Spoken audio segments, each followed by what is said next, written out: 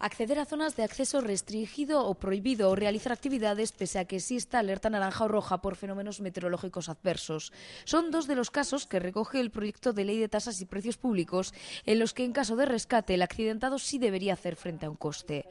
La nueva tasa por rescate, rastreo o salvamento pretende evitar las imprudencias en las actividades lúdicas o deportivas que entrañan algún riesgo.